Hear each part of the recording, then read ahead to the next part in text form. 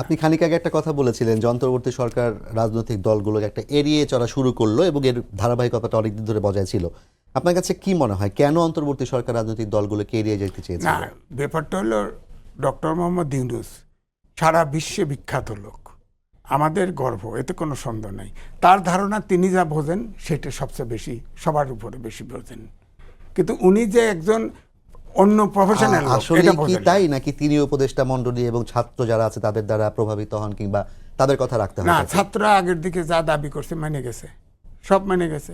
আবার এই যে দেখলেন না, ওই ফিনান্সিয়াল টাইমসকে সাক্ষাৎকার দিয়ে বললো ছাত্ররা ইয়ে করবে, কি কয়, সংগঠন করবে, ছাত্ররা রক্ত দিয়েছে, তাদেরকে এটা রক্ষা করতে হবে, তাদের এক্সপেকটেশন, অর্থাৎ ছাত্রর পক্ষে তারা অবস্থান। সুতরাং রাজনৈতিক দল তো সচেতন হবেই, কারণ তিনি তো 1/11-এর সময়ে ডক্টর মোহাম্মদ ইউনূস কিন্তু পার্টি করার চেষ্টা করেছে, লোকজনের সাড়া পায় নাই, তিনি বলেছেন যে এটা আমার কাজ না, কয়ে তিনি বিদেশে চলে গেছেন। এরপরে এখন যে ছাত্রদেরকে দিয়ে করা হচ্ছে, এখন আজকেও আমি শুনলাম যে 3 জন উপদেষ্টা সরকারে আছে আর ছাত্ররা বাইরে আছে। ছাত্ররা কখনো বলতেছে ওরা সরকারের অংশ, ওরা আমাদের না। আবার শুনতেছি একজন উপদেষ্টা ডিসাইডেড যে সে এইটাতে অংশগ্রহণ করবে, আর 2 জন যখন নির্বাচন হবে তখন আসবে।